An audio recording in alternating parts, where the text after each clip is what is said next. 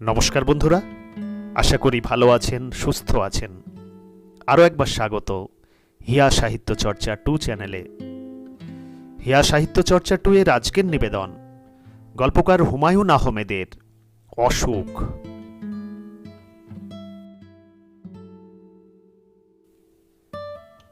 নয়াপল্টনের এক গলিতে তাঁর সঙ্গে দেখা হয়ে গেল। আমার রিফ্লেক্স অ্যাকশন খুব ভালো, চট করে একটা দোকানের আড়ালে চলে গেলাম।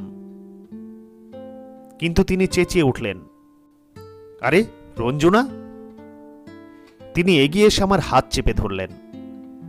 আমি নিরীহ ভঙ্গিতে বললাম, কেমন আছেন স্যার? অতিরিক্ত উত্তেজনায় স্যারের হাঁপানির টান এসে গেল। সঙ্গে সঙ্গে জবাব দিতে পারলেন না। আকাশের দিকে তাকিয়ে শ্বাস টানতে লাগলেন। দম ফিরে পাওয়া মাত্র প্রথম যে কথাটি বললেন তা হচ্ছে, চলো আমার সঙ্গে। এখন তো স্যার যেতে পারবো না, জরুরি কাজ আছে মতিঝিলে, একজন বসে থাকবে। স্যার আরো জোরে আমার হাত চেপে ধরলেন, যেন আমি হাত ছাড়িয়ে পালিয়ে যাব। আমি বললাম, স্যার আমি বরং কাল সকালে একবার আসব। বাসায় থাকবেন তো? সকাল 10টার মধ্যে চলে আসব। আমি তোমাকে অনেক দিন থেকে খুঁজছি। তুমি যে ঠিকানা দিয়েছিলে সেই ঠিকানায় কয়েকবার গেছি। সেখানে তো কেউ থাকে না। আমি জবাব দিলাম না। স্যার বললেন, খোকনের মার অবস্থা খুব খারাপ, তোমাকে খুঁজছি এই জন্যেই। অসুখ বেড়েছে নাকি? বাড়া কমা আর কি, বেশি দিন বাঁচবে না, মরাই এখন ভালো। আমি কিছু বললাম না। স্যার মৃদুস্বরে বললেন, এখন খুব বিরক্ত করে, চেঁচামেচি করে, আর ভাল লাগে না। তোমাকে অনেক খুঁজেছি, কেউ ঠিকানা বলতে পারে না। তারপর আর না যাওয়া ভালো দেখায় না। আমি বিরক্ত মুখে হাঁটতে শুরু করলাম। মতিঝিলে ফজলু আমার জন্য সত্যি সত্যি অপেক্ষা করবে। তার আমাকে নিয়ে একজন ইঞ্জিনিয়ারের কাছে যাওয়ার কথা। সেই ইঞ্জিনিয়ার নাকি ইচ্ছা করলে 2-3টা চাকরি দিয়ে ফেলতে পারেন। এইসব গালগল্প আজকাল আমি আর বিশ্বাস করি না। তবু যে যা বলে করি।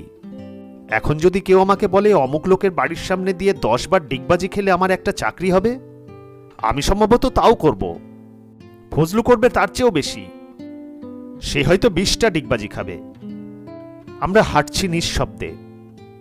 রাস্তায় হাঁটলেই আমার সিগারেট ধরাতে ইচ্ছা করে। এখন সেটা সম্ভব নয়, কারণ আমার সঙ্গে পা মিলিয়ে যিনি হাঁটছেন তিনি স্কুলে আমাদের ইংরেজি পড়াতেন, এবং তার বড় ছেলেটির সঙ্গে এককালে আমার দারুণ বন্ধুত্ব ছিল। স্যার, বাসার অন্য সবাই ভালো? স্যার জবাব দিলেন না। সম্ভবত এখন আর তিনি কানে তেমন ভালো শুনেন না। স্কুলে থাকতেও কম শুনতেন, একই কথা 3-4 বার বলতে হতো। আমি আরেকবার বললাম, বাসার সবাই ভালো তো স্যার? ভালো। নীলুর বিয়ে হয়েছে? কি বললে? নীলুর বিয়ে হয়েছে নাকি?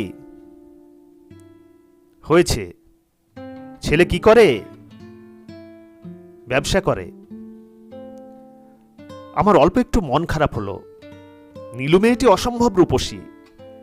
এককালে নীলুর জন্য আমার বেশ দুর্বলতা ছিল। বেনামিতে কয়েকটি চিঠিও লিখেছিলাম। সেই সব আমার লেখা টের পেয়ে নীলু কেঁদে কেটে অস্থির। আমি ছোট্ট একটি নিঃশ্বাস ফেললাম। স্যার বললেন, রিক্সা নিব নাকি? হাঁটতে কষ্ট হচ্ছে? না না, কষ্ট কিসের? চাচির চিকিৎসা করাচ্ছেন? মৃত্যুই এ রোগের একমাত্র চিকিৎসা। বিলু কেমন আছে? ভালো, ওরও বিয়ে হয়েছে। জামাই সিলেটের চা বাগানে কাজ করে। খুব অল্প বয়সে বিয়ে দিলেন মনে হয়। অল্প কোথায়, তাছাড়া ঝামেলা কমল। ঝামেলা এখন আর ভালো লাগে না। স্যার আমাকে বসার ঘরে বসিয়ে ভেতরে অদৃশ্য হয়ে গেলেন। প্রায় 2 বছর পর এলাম এ বাড়িতে। কিছুই বদলায়নি। কিছু কিছু বাড়ি আছে যেগুলি সবসময় আগের মতো থাকে, পর্দার রং পর্যন্ত পাল্টায় না, কিংবা হয়তো সব একই রঙের পর্দা কেনা হয়। আমাকে অবাক করে দিয়ে নীলু এসে ঢুকল। মায়ের কাছে বেড়াতে এসেছে হয়তো। বেশ সেজে গুজে আছে। বিয়ে হবার জন্যই হোক কিংবা অন্য যে কারণেই হোক, তাকে দেখাচ্ছে আরো সুন্দর। নীলু এসেই ঝগড়ার ভঙ্গিতে বলল, আপনি বাবাকে ভুল ঠিকানা দিয়েছিলেন কেন? ভুল না, আমি এক ঠিকানায় বেশি দিন থাকি না। রঞ্জু ভাই, আপনি একটা মিথ্যা কথা বললেন। মিথ্যা কথা বলবো কেন? যে ঠিকানা দিয়েছিলেন সেই ঠিকানায় রঞ্জু নামের কেউ কোনোদিন ছিল না। আমি চুপ করে রইলাম। নীলু বলল, মার জন্য তো অন্তত এক আধবার আপনার আসা উচিত, উচিত না? সময় পায় না। সময় পান না কেন? কি এমন রাজকার্য?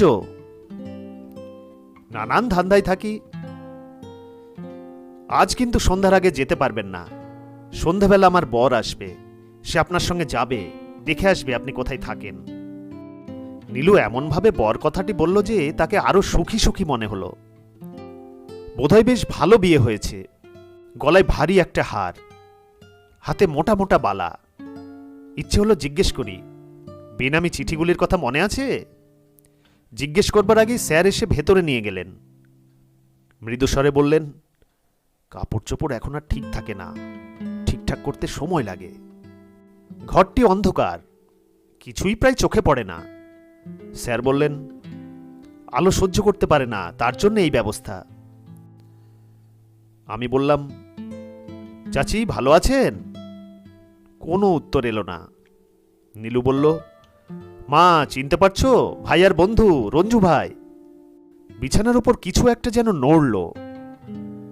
পরিষ্কার গলায় চাচি বললেন, জানালাটা খুলে দে নীলু। ঘরে আলো হয়ে উঠতেই অপ্রকৃতিস্থ মহিলাটিকে আবার দেখলাম।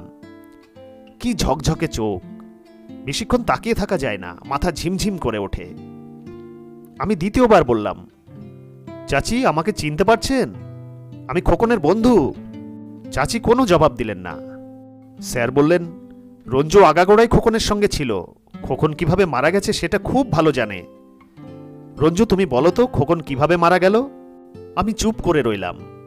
নীলু বলল, রঞ্জু ভাই আপনি বলুন, মা কথা সব বুঝতে পারেন, আর আপনাকে মা চিনতে পেরেছেন। যে গল্প আরো কয়েকবার এই অপ্রকৃতিস্থ মহিলাকে শুনিয়েছি সেই গল্প আবার শুরু করলাম। চাচি তাকিয়ে রইলেন তীক্ষ্ণ দৃষ্টিতে। মেথিকান্দা অপারেশনে খোকনের তল পেটে গুলি লাগে। ওকে নিয়ে আমরা পালিয়ে আসি। খোকন মারা যায় নৌকায়। নৌকায় করে আমরা পালাচ্ছিলাম। চাচি তীক্ষ্ণ কণ্ঠে বললেন, এটা কি সত্যি কথা? জি সত্যি। চাচির গলা আরো তীক্ষ্ণ হয়ে গেল। এটা কি সত্যি?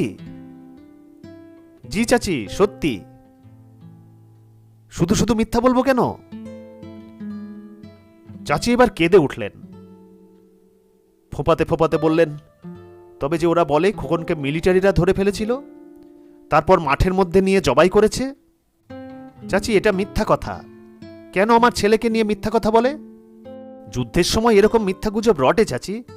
তাছাড়া ওরা মানুষ কিভাবে জবাই করবে? ওরা নিজেরাও তো মানুষ। বলতে বলতে আমি ফ্যাকাশেভাবে হাসতে চেষ্টা করলাম। চাচি আর কিছু বললেন না। তার উত্তেজনা কমে আসছে। এখন বেশ কিছুদিন শান্ত থাকবেন। কয়েক রাত তাঁর সুনিদ্রা হবে, তারপর আবার অস্থির হয়ে পড়বেন। স্যার খুঁজতে থাকবেন আমাকে। মিথ্যা কথা বলতে আমার কখনো খারাপ লাগে না। একটি মাকে প্রবোধ দেবার জন্য আমি 1,00,000 মিথ্যা অনায়াসে বলতে পারি, কিন্তু তবুও কখনো এ বাড়িতে আসতে চায় না। অপ্রকৃতিস্থ মহিলাটির সামনে এসে বসলেই আমি নিজেও কিছু পরিমাণে অপ্রকৃতিস্থ হয়ে পড়ি। সীমাহীন ক্রোধ আমার সমস্ত চেতনাকে আচ্ছন্ন করে ফেলে। ইচ্ছা করে ছুটে গিয়ে কোনো একটি ভয়ঙ্কর অপরাধ করি, যে অপরাধের কথা এর আগে কেউ কখনো শোনেনি। কিন্তু আমি তা করতে চাই না। আমি অন্য 10 জন মানুষের মতো স্বাভাবিক জীবনযাপন করতে চাই। একটি ছোট্ট ঘর, একজন মমতাময়ী নারী। একজন মানুষ খুব বেশি কিছু তো কখনো চায় না। নীলু আমাকে গেট পর্যন্ত এগিয়ে দিতে এসে খুব কাঁদল। নীলুর স্বামী এলো আমার পিছু পিছু। আমি কোথায় থাকি তা জেনে আসবে। লোকটি ভালো মানুষ ধরনের। রাস্তায় নেমেই আমি তাকে বললাম, নীলুর সঙ্গে যে আমার প্রেম ছিল সেটা আপনি জানেন নাকি ভাই? ভদ্রলোক চমকে উঠলেন। আমি গম্ভীর গলায় বললাম, দারুণ লজ্জালজ্জি ছিল। আমি অপ্রকৃতিস্থ হতে শুরু করেছি।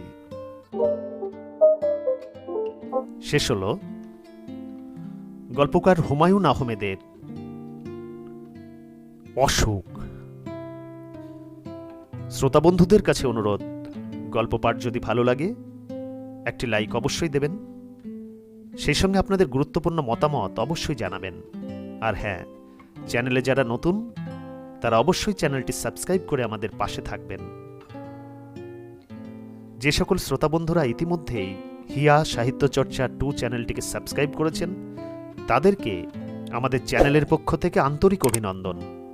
প্রত্যেকে ভালো থাকুন, সুস্থ থাকুন। ধন্যবাদ।